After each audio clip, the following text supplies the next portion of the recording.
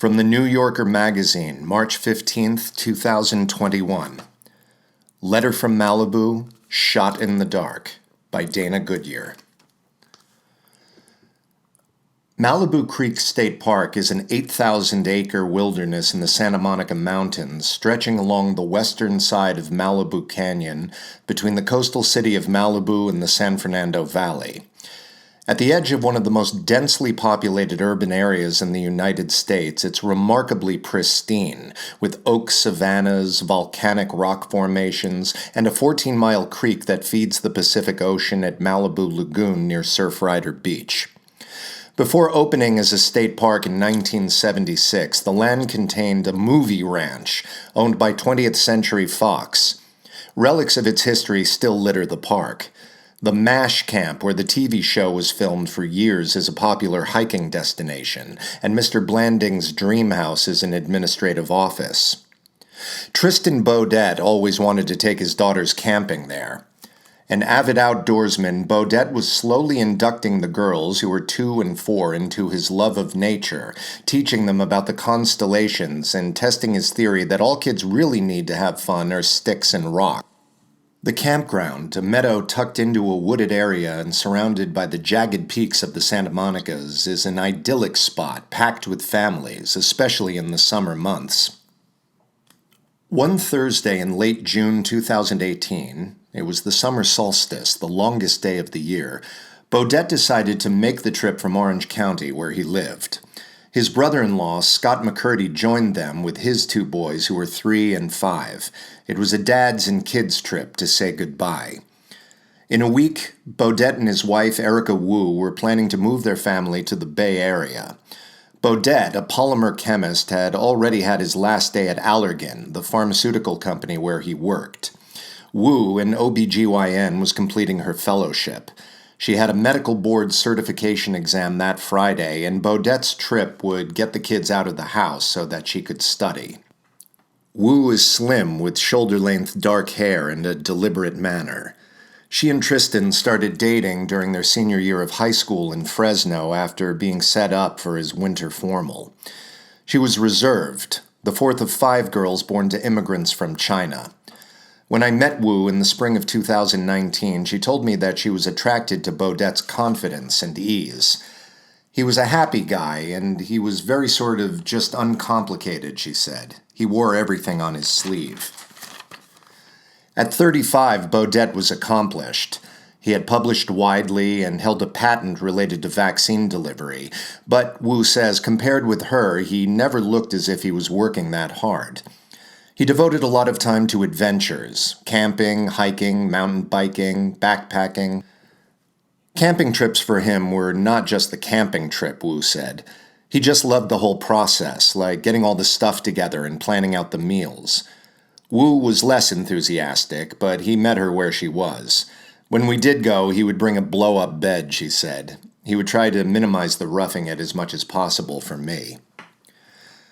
The morning of the trip, Wu watched him pack the car, a black Subaru Forester, a camp stove, a tent, a small bicycle with training wheels on the roof rack next to his large one. It was the first time he'd taken the girls camping without her, and she had secretly been hoping he would cancel. Whenever he would go on long business trips or the girls would leave, there was always part of me that was a little bit anxious, she said. But she was also grateful that he was the kind of father who would take their daughters camping when she needed to work. She put the girls' hair in pigtails. The one thing Tristan couldn't do was anything with their hair, she says. I remember braiding both of the girls' hairs, and I'm like, okay, just leave it like that till you guys get back. At Malibu Creek State Park, Beaudet and McCurdy checked in with park employees who assigned them a campsite. They followed a one-way road around the meadow to the site, but Beaudet, a camping perfectionist, didn't like it. The ground was uneven, and it was too close to the bathrooms. McCurdy went back to negotiate for another spot, and they settled in at the northern end of the meadow. During the long dusk, the kids ran around looking for bugs while the dads made a fire and cooked dinner. Beaudet had brought Manhattans, pre-mixed, which they sipped. By the fire that night, they discussed Beaudet's move. He was so excited about this next chapter in his life, McCurdy told me. I kind of guilted him a little bit. Like, well, we had a good run, buddy. I'll miss you, you know. I remember at the end of the night we decided, okay, well, it's late. Let's go to bed. We put out the campfire and I gave him a big hug and told him I loved him. Just before sunrise, McCurdy was awakened by the sound of what he thought was fireworks. Then he heard one of the girls crying. She wouldn't settle, which was strange. Why wasn't Tristan helping her? He went over to Bodette's tent and opened the flap. The girls were whimpering, and one of them was saying, "Wet, wet." He could hear the 4-year-old shushing her sister, trying to comfort her, but he couldn't see anything. He reached for Bodette and tried unsuccessfully to rouse him. This was normal. He was a heavy sleeper. Groping around in the dark, he found Bodette's phone and used it as a flashlight. McCurdy rolled him over, and by the light of the phone saw that he was covered in blood. The girls kneeling beside him were in a pool of it. Bodette had been shot through the head. The autopsy report, which was released nearly a year later, showed that a copper-jacketed lead bullet had entered just below his hairline and penetrated his brain. It was a homicide, but an utterly baffling one. The weapon's make and model were unknown. There were no eyewitnesses, no suspects, and no motive. Rumors flew around Malibu. Had his vaccine work made him a target of Big Pharma or the government? Was the perpetrator a disgruntled former park worker? Someone associated with an illegal marijuana grow? None of it made sense. It felt both terrifyingly random and shockingly precise. Bodette had been killed while he slept beside his children, and no one knew why. Locals sometimes call Malibu the Pink Bubble. The nickname suggests privilege and safety, a self-enclosed universe where everything is tinted the color of the sky at magic hour. One recent headline-grabbing crime in Malibu, the brazen theft of 2 amethyst purifying crystals worth $125,000 from outside a shop called Serenity Rocks. Malibu's population is wealthy and overwhelmingly white, with a history of privacy enforcement that surpasses the familiar walling off of natural beauty for the enjoyment of a few. Exclusion is Malibu's founding principle. In 1892, Rhoda May Ringe, with her husband, a sickly, rich New Englander, bought Rancho Malibu, a former Spanish land grant that stretched from the mountains to the coast, then erected gates and locked them. After her husband's death, Ringe stopped the Southern Pacific Railroad from running tracks through Malibu and nearly bankrupted herself trying to prevent the state from building the Pacific Coast Highway. In need of funds, she started renting cottages to celebrities and built the Malibu Movie Colony. In the decades to come, celebrities used Malibu as a retreat from paparazzi and as a strategic background for bathing suit shots. These days, Malibu is a tourist town with more than 13 million visitors a year and only 13,000 residents. People like Lady Gaga, Leonardo DiCaprio, and Barbra Streisand, who, along with the beaches and the hiking trails, are part of the appeal, though the day trippers will likely never glimpse them. Khalil Rafati, a co-founder of Sun Life Organics, Malibu's swankiest smoothie bar, told me, "The first thing tourists say, I've had this question asked me, no joke, 100 times, is, where is Malibu? I'm like, this is it. Like, yes, Lady Gaga lives here, but she doesn't want you to know that, and you're never going to see her house. The Malibu that we get to experience is not available for the public. Malibu is a walled garden. Bad things are not supposed to happen there." The morning after Bodette went camping, Wu woke up at home and got ready to take her test. She was surprised when her oldest sister showed up at her door and disbelieving when she heard why.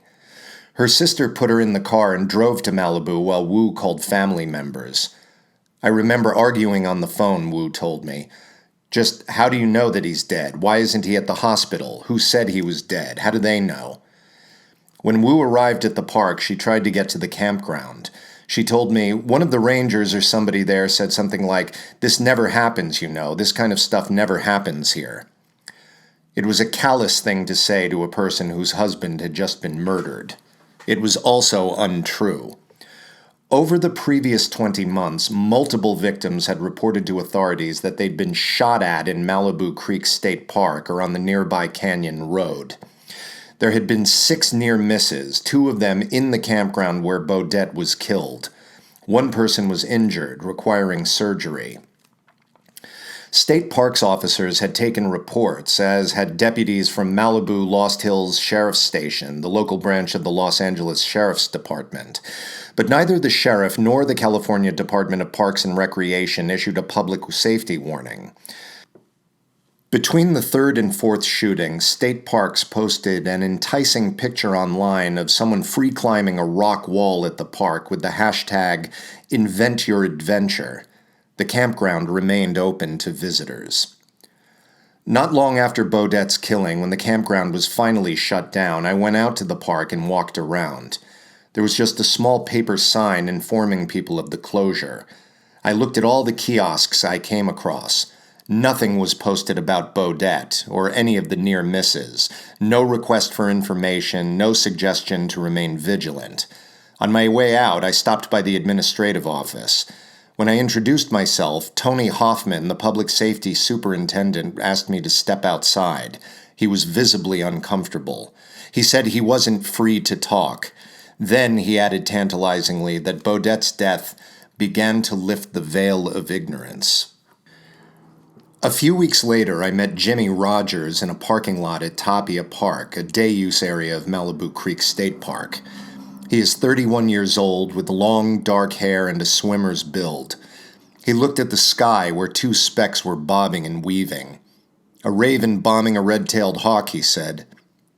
We walked into a grove of decaying oaks. In the fall of 2016, Rogers told me, he was a graduate student in environmental biology working at REI on the side. He decided to take a 3-day solo trek on the Backbone Trail, a 67-mile route along the spine of the Santa Monica Mountains. He had been hiking parts of the trail for a decade, but he wanted to complete it in one go. Not many people attempt this, as the trail has few official campsites and plenty of mountain lions. On his first day, Rogers hiked 25 miles, reaching Malibu Creek State Park around 9 p.m. Staying in the campground seemed extravagant. It cost about $50 and required a reservation. Rogers was planning to eat a peanut butter sandwich and an energy bar for dinner, sleep for several hours, and get up early to resume hiking. He decided to hang a hammock close to the trailhead in the grove in Tapia Park. Rogers bundled into a down jacket and a sleeping bag and cocooned himself in the hammock, but it was hard to sleep. He could hear the traffic rushing by on the Canyon Road. After midnight, he dozed off, listening to Cat Power on headphones. A few hours later, he was startled awake. He can't remember the sound, just that there was one and a sudden drop when his hammock split and he fell to the ground. His right arm was stinging, and when he looked at it, he saw that the underside near the triceps had 30 or 40 small holes in it. His first thought was that he had been attacked by a rabid animal. He cycled through the list of candidates: coyote, fox, dog, skunk, rat. There was a thin layer of blood covering his wound. That indicated a vampire bat pushed north from its usual habitat in Mexico by climate change. He held still, listening. He knew how to be silent in the wilderness. While working for the U.S. Fish and Wildlife Service on a study of California condors, he had spent 13-hour days observing nests. "I didn't hear anything and I didn't see anything," he told me. So I thought, what are the chances somebody's just hiding in the dark? Rogers proceeded, without a flashlight, deeper into the grove. After several yards, he heard something. "I wanted to keep going because if it's a mouse, it's going to make more sounds to get away," he said. But I didn't because I literally thought, I don't want to get shot in the face. He retreated, shouting insults into the silent woods just in case, then left the park, walking along the dark canyon road until he finally had cell phone service. He called his girlfriend and she hurried him to the hospital where he was treated for rabies. A few weeks later, he told me, he noticed that a sphere was rising to the surface of the wound. "I was playing around with my nephew at the time and it just popped out," he said. It was metal. You drop it on glass and it goes tink, tink, tink. Roger's girlfriend squeezed out a few more metal balls before he decided to get an X-ray. The balls, it turned out, were birdshot, and he needed surgery to remove them. At that point, he knew for sure what kind of animal had attacked him. He was furious. He kept thinking about the way he had been sleeping inside his sleeping bag with his right arm thrown over his forehead. Whoever shot him seemed to have been aiming for his head.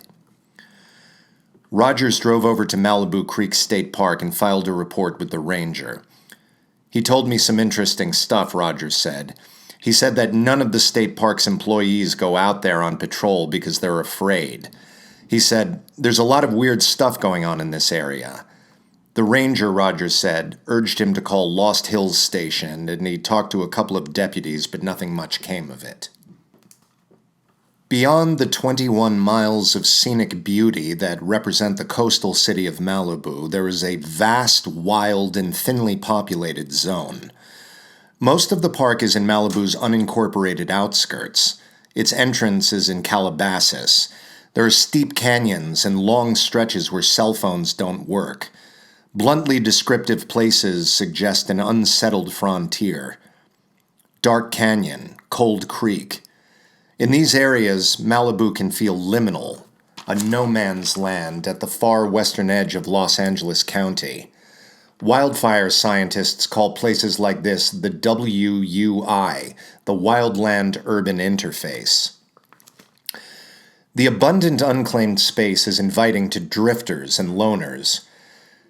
There are the Jeremiah Johnson-type guys, a retired Lost Hills patrol deputy told me, the hermits who live in the hills. The people of Malibu are generally inhospitable to them. Though the area has only about 150 homeless people, they occupy disproportionate psychic space. At one community meeting I attended, a resident bemoaned the RVs parked along the Pacific Coast Highway and the encampments in the canyons. This homeless scourge, epidemic, whatever you want to call it, has impacted our ability to use our public lands the way they were meant to be used for all, she said. I don't hike anymore, for God's sake.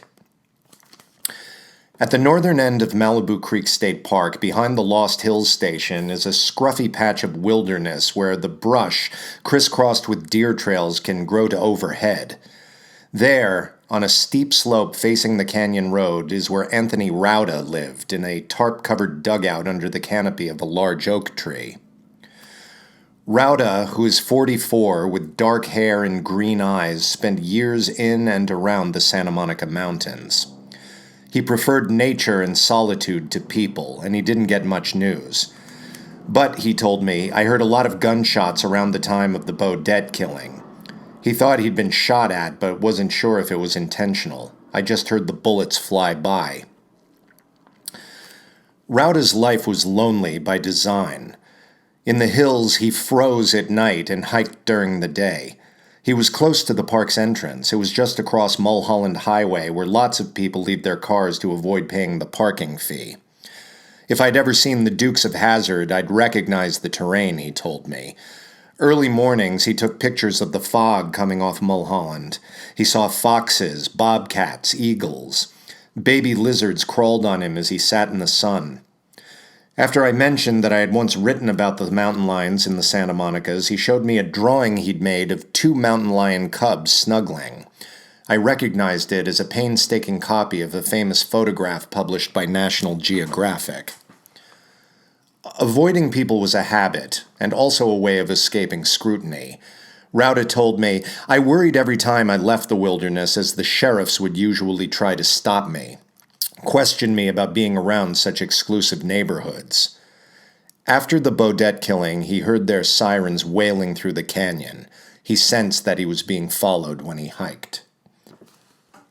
Lost Hills is known as a slow station, an outpost in the boonies covering a vast and varied terrain.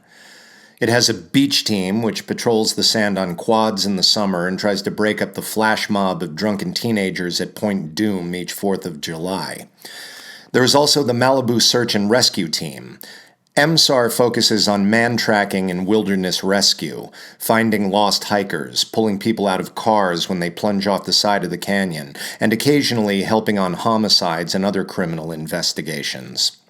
The team is largely made up of reserve deputies, entertainment lawyers and emergency room doctors and yoga instructors who receive training but are not full-time employees of the sheriff's department. They get paid $1 a year. Sergeant Tui Wright spent most of his 3-decade career with the Sheriff's Department at Lost Hills Station, working as a narcotics detective and then running MSAR. When I interviewed him in 2019, he had just retired.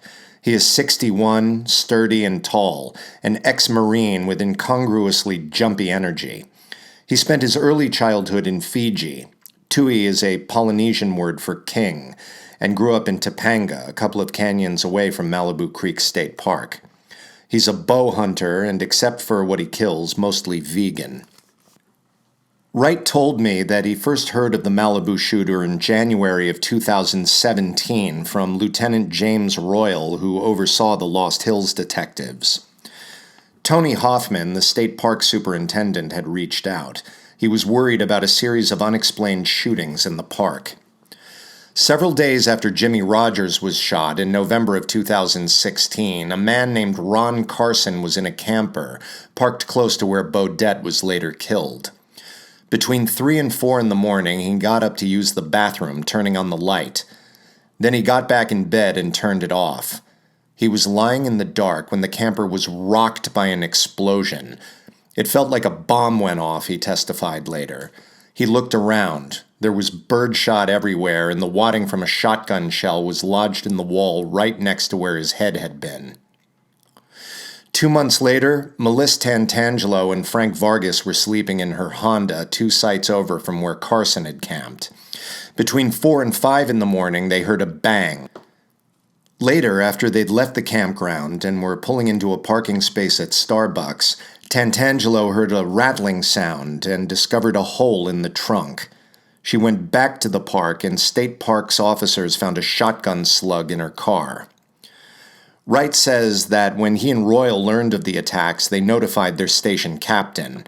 But the captain, who was close to retirement, brushed them off, saying it was state parks' problem. Wright disagreed. He said it's right down the street, and it might technically be in the state park's jurisdiction, but who's to say it couldn't spill out into ours? Soon it did. That summer, 2 cars were shot while driving through Malibu Canyon. The canyon is a major thoroughfare connecting the Pacific Coast Highway with the 101. The road is spectacular and harrowing, with steep drop-offs on one side and towering rock faces covered in oaks and chaparral on the other. Some 20,000 cars drive on it every day, passing through Lost Hills' jurisdiction. Across the canyon road from the Malibu Creek State Park campground is a large Hindu temple. That's where a white Porsche was hit with birdshot, then a white BMW. The BMW was being driven by a teenager, Nicole K. Another, Nathan G., was in the passenger's seat. They were on their way to a surf competition at Surf Rider Beach. When the car was hit, they pulled over. A back window had been shattered and the side panels were riddled with holes. Nicole called her dad, who told her to call the police. Wright says that the timing of the incidents, in the wee morning hours, and the M.O., a single shot with shotgun ammunition, suggested a lone perpetrator, as did the location. The state park is huge, but this was one particular campground, he told me. Then on the highway adjacent to the campground in the same spot. Those were consistent patterns that I think indicated a serial shooter. I think it's only common sense. J.T. Manuel worked under Royal until he retired recently after 25 years as a detective. He told me that the similarities between the crimes were pretty obvious by the 4th shooting. A lot of us believed there was a pattern between 3 and 4, he said. Definitely by 5, we knew we had a shooter out there. There weren't many leads, but Royal started developing a list of possible suspects. When a new captain took over, later in 2017, he was more sympathetic to their views. He and Royal went downtown to Sheriff's Department headquarters and met with the division chief and the commander, urging them to mount an aggressive response. But that meeting, too, was fruitless. They didn't want to scare the public, Manuel told me.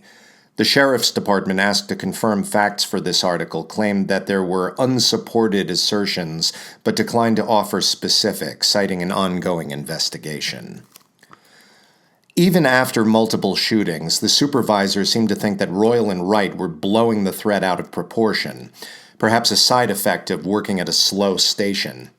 Wright was galled. To be told by other investigators or the department that there was no evidence or there was not enough information to link these crimes, I just thought it was ridiculous, he told me. He acknowledged that the presence of a sniper in the area would have been a shit sandwich, a mess that no one comes away from with clean hands.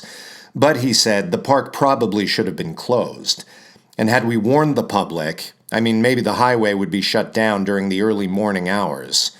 It sounds pretty extreme, but would that have saved people from being assaulted? Probably. The people who did know about the shootings, law enforcement, took measures to protect themselves. We all knew where the shooting ground was, Wright says, and I heard rumors that some patrol cars would go by there at high speed with their guns out the window pointing in that direction. I believe that people knew and warned their family members not to drive there. Manuel told me that he instructed his daughter, who worked at Pepperdine University at the southern end of Malibu Canyon, to take a different route. After the teenagers in the BMW, there was an 11-month lull in the shootings. Then, on June 18, 2018, Ian Kincaid was driving his car, a white Tesla, through Malibu Canyon on his way to work.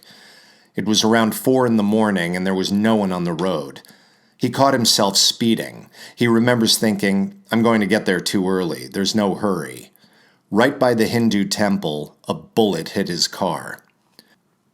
I went to see Kincaid at his house in the Malibu Hills. He is in his early 60s with young kids and has worked as a gaffer on 6 Quentin Tarantino films. On the long driveway onto his property, facing panoramic views of the ocean, is a playhouse built out of repurposed sets from The Hateful Eight. He pulled the Tesla out of the garage and peeled back a piece of white electrical tape from over a gash in the hood. The gash is like a memento mori, hidden so his kids wouldn't see. That morning in the canyon, Kincaid was headed to the set of Once Upon a Time in Hollywood. He heard a strange sound. I thought, did I leave a coffee cup up on my roof again, he told me. He looked down and his cup was right in its holder. I thought, well, maybe it was an acorn because I was driving near some oak trees. Then his car alarm started going off, so he pulled over and saw that the front hood had popped open. He closed it and continued on to work. A quick-draw world champion happened to be on set that day, and when he saw the gash in Kincaid's hood, he said, "Son, that's a bullet hole." Kincaid called Lost Hills Station and was told that he could stop by on his way home. A deputy photographed the damage and handed him a slip of paper with a number on it. She said, "This is your crime report if you ever need it," he told me. There was nobody expressing any kind of serious interest. 4 days later, Tristan Beaudet was killed. Suddenly, Kincaid told me, my phone just lit up. Within a half an hour, I probably got 20 calls from sheriffs, from LAPD, from Lost Hills, from rangers, from newspapers, from reporters, and I just thought, what is this? Sergeant Wright was one of the people calling. When he heard about Kincaid, he felt a sickening concern, he told me. Here's another one. It happened at the same time, in darkness, in the same area.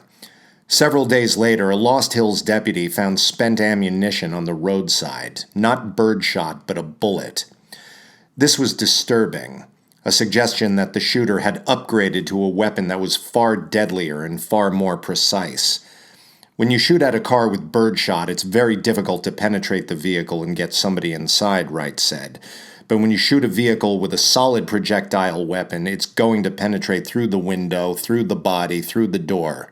It will go inside. Kincaid brought his car to the station again, and as he tells it, deputies ushered him around to the back. Wright and the others ran dowels through the hole to confirm the size of the bullet and determine its trajectory. It really threw us for a loop, Wright told me. There was a change in weapons. Beaudet's death horrified Malibu. But when, in the early days after his killing, stories of earlier victims began to surface, a different emotion emerged. Outrage. Police don't do anything here, Cece Woods told me at the time. She's a self-described Malibu big mouth with a website called The Local who prides herself on knowing what is going on in town. I take public safety very, very seriously, she said, so now I'm finding out that there's 2 years' worth of shootings. On Facebook, Woods shared a screenshot containing details of the Tesla shooting. In a comment to that post, Melissa Tantangelo wrote that she too had come close to getting hit, but that the state parks officers were nonchalant. When the police came, which took over 2 hours to show up, they told me, "Things like this don't happen out here," she wrote. I asked what they were going to do about it, and they told me they couldn't do anything. As far as the public could tell, Malibu was being terrorized by an elusive killer, the Canyon Shooter, who already had a string of victims. But law enforcement seemed almost willfully to resist that interpretation. Press releases from the sheriff's department hewed to a strict narrative which seemed to justify the decision not to warn the public about the murder. Homicide detectives are advising at this time there is no evidence to suggest the past shootings are related to the June 22, 2018 homicide. Inside Lost Hills Station, the faction that had long believed there was a sniper at large was frustrated. On the morning of the murder, Manuel reported to the campground. "When we found out that Mr. Beaudet was killed, I can tell you I was angry as hell," he said. "My belief was we should have warned the public, giving them a choice of whether they wanted to drive through the canyon, stay at the campground, or anything else." He went on, "I felt very much like we had failed this family." The pressure intensified to come up with a suspect. Manuel told me it was focused on a lone wolf type of guy. That summer, a rash of mysterious burglaries of commercial buildings began near the periphery of the park. Someone was stealing breakfast sandwiches and cinnamon rolls, leaving valuables untouched. A burglar was caught on camera, dressed in black, carrying a black backpack with what appeared to be a rifle sticking out of it. Sergeant Wright was on vacation at the time, but Lieutenant Royal sent him an image. Wright says that he recognized the weapon as a pistol-caliber carbine, a lightweight semi-automatic weapon that takes a 9mm handgun round. Metal detectorists from his search and rescue team had found 5 9mm shell casings in the campground a week after Beaudet died. Wright thought that the carbine could be the weapon that both fired on the Tesla and killed Beaudet.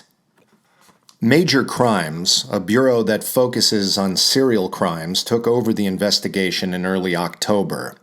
There were large-scale manhunts with helicopters, bloodhounds, and a special weapons team. The stated purpose was to find an armed burglar, one who seemed primarily focused on eating, but the public assumed that the real objective was to find Beaudet's killer. "We're not getting a clear picture of what's happening," a resident in the area told a local news station, "but I sense that what's happening is worse than what we think."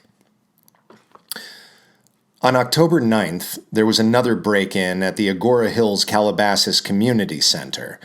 Using a rock, someone had smashed a glass front door and then a vending machine, taking snacks. The community center is next door to the Lost Hills Sheriff's Station. Wright went to investigate along with Steve Sullivan, a member of the search and rescue team, whom he considered his best man tracker. In a planter in the parking lot, they found a distinctive boot print, which they recognized from the site of one of the previous burglaries. It wasn't your typical waffle sole, Wright told me. Next to it was some broken glass. The prints and the glass formed the beginning of a trail, with the help of a dog. Wright and Sullivan followed it into the hills behind the station. On the way, they were joined by investigators from Major Crimes and Lost Hills Station. "We tracked that person until it got dark, where it was no longer safe or feasible," Wright said. The next day, Major Crimes organized a sweep of the park. Assigned to the command post, Wright ruminated on the last boot print that he had seen in the hills. It was in the middle of nowhere. He knew, based on the time of the break-in at the community center, that it must have been placed just before dawn. Why would someone be there at that time? He figured that there had to be a camp. Scanning the area with mapping software, he saw tree canopy and what looked like a stream bed. Cover, water, these were clues to a former narcotics detective that a camp could be there. That afternoon, a team went out to the site. Major crimes investigators, along with Royal, Sullivan, and 2 Lost Hills deputies. They split up, with Royal and 1 deputy heading south and the rest heading west. The westward team trudged through overgrown brush toward a ridge that was already steeped in shadow. It was a very eerie quiet, Stephen Aarons, a Lost Hills deputy, later testified. You just hear the wind slowly howling through the canyon. Suddenly, Aarons said, he heard a strange clanging noise from the ridge. He got down on one knee and looked through the optic on his rifle. Zooming in, he saw a man in black with a backpack. A gun was sticking out of the top. "Freeze," Aarons yelled. The man argued, but the deputies had their guns trained on him. They ordered him to toss his backpack and handcuffed him as he lay face down in the brush right by his camp. It was what we call a hooch, which is a military term for a homemade tent made from a tarp, Wright told me. The man was Anthony Rauda, and the gun in his backpack was a carbine. Rauda describes his living situation as a principled retreat from civilization. In 2016, he says, he made a pledge to live without money, no handouts, nothing from the government, no more contact. He wanted a light footprint, no tent. I have not used tents in years. 1, so I can travel anytime lightly. 2, so I can learn to survive outdoors with as little as possible, he wrote in one of the series of letters we exchanged after his arrest. He wanted to prove something to himself and maybe write about it. According to his father Oswald, Rauda had been a meticulous child, shy and gentle, who loved playing baseball. When he was young, the family lived in Highland Park on the east side of Los Angeles, close to cousins and to the elementary school. After Oswald and Anthony's mother divorced, he says, she and her new husband moved Anthony and his 2 older siblings to Tampa, and he lost touch with them. Anthony dropped out of high school, got a GED, and briefly joined the Army, training in infantry. By the time he showed up back in L.A., Oswald felt that he'd changed. Anthony Rauda says that he had a hard time adjusting to a stable life. He made music and wrote poems.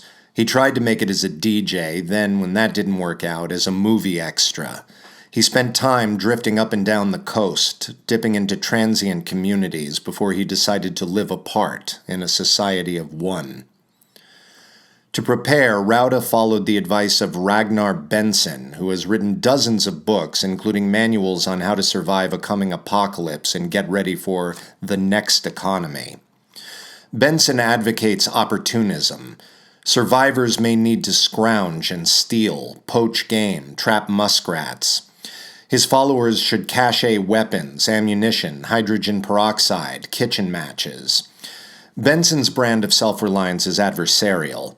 David's Toolkit, A Citizen's Guide to Taking Out Big Brother's Heavy Weapons. Ragnar's Guide to Home and Recreational Use of High Explosives. Pity the Mormons, he writes, who broadcast to everyone that they have good canned food. In Live Off the Land in the City and Country, Benson tells the story of Bill Moreland, a ne'er-do-well who couldn't get along with people. After years of train hopping and trouble with police, he writes, the wild man walked into the Idaho wilderness. For the next 13 years, he lived in hollow logs, caves, and dugouts, and spoke to another person only twice. He stole what he needed from Forest Service lookout towers. When he was finally caught with a .22 and ammunition, he was wearing a sweater taken the previous summer from one of the rangers who arrested him. Rauda's life followed a similar trajectory, frequent skirmishes with authorities, but in a region far more heavily trafficked than in the mountains of northern Idaho. In his 20s, Rauda started breaking into buildings, stealing stuff, lighting fires. In 2003, he broke into a high school and set a fire and was convicted of second-degree commercial burglary, a felony. Soon after, Rauda was arrested for public drunkenness and fighting in Agora Hills, a suburb that backs up to Malibu Creek State Park. In a letter to the county ombudsman calling for an investigation, Rauda claimed that a deputy attacked him. On a dark road, he wrote, "I was approached by a sheriff cruiser who asked me to stop.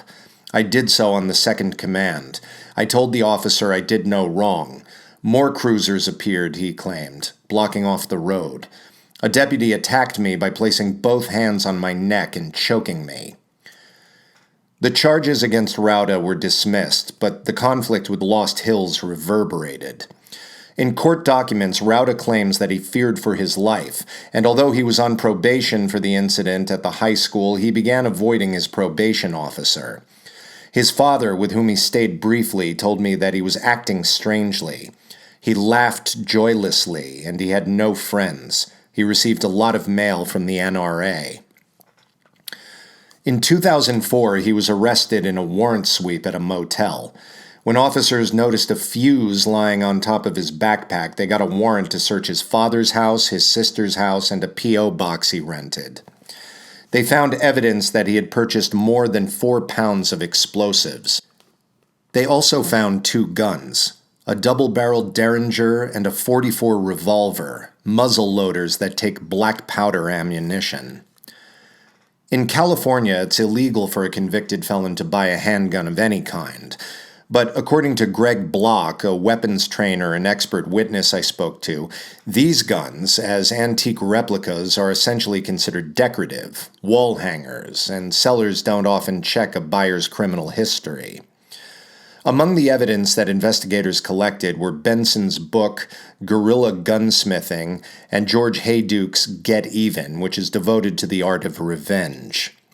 In court documents, Rauda argued that he needed the guns to protect himself from the Lost Hills deputies. During the proceedings, he took a swing at a deputy, which he explained later by saying that he was tired of being harassed by law enforcement. Rauda went to state prison and was released on parole less than 2 years later. His mental health deteriorated, and he drank. Sometimes he'd pass out, and sheriff's deputies once found him unconscious in suburbia, dressed in black and wearing a backpack full of contraband. Judges mandated therapy and treatment, but he didn't always complete it. "I'm just going to go through counseling and try to get a residence and, try to get my health better," he told the court after a DUI arrest in 2012. "I should have went to the classes, but they're a little rough for me. I can't stand being around people." As Rauda's behavior grew increasingly troublesome, Oswald, who is 66 and lives in the San Gabriel Valley, struggled to stay in his son's life. He told me that he once made a plan to give him an ATM card, but Anthony didn't show up at their meeting place. He seemed to want to disappear. A few times, Oswald tried unsuccessfully to find Anthony in his camp. When he arrived, the place always seemed neatly maintained, as if the brush had been cleared with a machete. But the choice of location was odd. Despite Rauda's antipathy toward law enforcement and the thousands of acres of nearby wilderness to choose from, he had decided to make his camp in the desolate terrain right behind the Lost Hills Sheriff's Station. In January 2019, Rauda was charged with murder for killing Bodette and with attempted murder for his daughters, who were in the tent when he died. He was also charged with 8 other counts of attempted murder for the shootings in the park and on the Canyon Road, and with 5 second-degree commercial burglaries. He pleaded not guilty on all counts. "I have been wronged by the system and other people," Rauda wrote to me. "I am not a violent person, and I would never want to be known as someone who hurt innocent people or children." In Malibu, those who felt that law enforcement had been hiding the existence of the Canyon shooter are not entirely convinced that they arrested the right person. Karen and Arnold York, the publishers of the Malibu Times, a community newspaper, told me that they take it with a grain of salt. Karen said, "The fact that this guy was a homeless guy, it was so easy to say, his fault. Who knows? It may be a perfectly preppy-looking guy who's got issues with guns who did this, but we're not going to look for him. We're going to focus on somebody that threatens our vision of what Malibu should be." Even Sergeant Wright, who firmly believes the serial shooter theory, admits that the Rauda story is a little neat. "I would think it would take some nerve to commit a burglary directly next door to the station," he told me. "I mean, why would somebody commit a murder and then hold on to the same weapon? And then do burglaries on videotape, making very little effort to hide other than putting a mask on part of your face? There's an assumption that most criminals would think if their picture was captured on camera with a weapon, that there's going to be a heightened law enforcement effort to engage them, and that's exactly what happened." More than 2 years later, Rauda's criminal trial has yet to begin, but he and his family continue to proclaim his innocence. Oswald told me that he doesn't understand how Rauda got the carbine and can't imagine him using it. He doesn't even hunt, he said. He eats from the dumpsters at the McDonald's near the 101. Rauda's brother-in-law told me that he believes Anthony has been framed. Rauda, too, argues that the focus on him is misplaced. "The Beaudet family and friends can blame the sheriff's department for his death," he wrote. "That's where the justice is at." For almost 2 decades, Rauda has felt picked on, singled out, wronged, specifically by law enforcement and the criminal justice system. In the murder case, he has repeatedly asked to represent himself and been denied. He's gone through several public defenders and is now being represented by a private attorney who works with indigent clients. In pretrial hearings, he behaves erratically.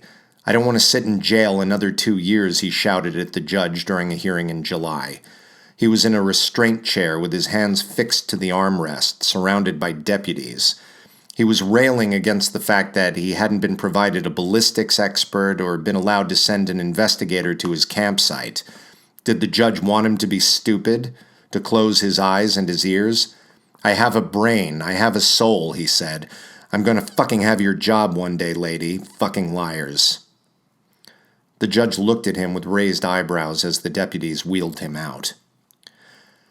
After asking me to help him get an attorney, which I didn't, and asking me to put money on his books, which I did so that he could buy writing materials and stamps for our correspondence, Rauda decided that he didn't trust me either. In his final letter to me, he expressed resentment.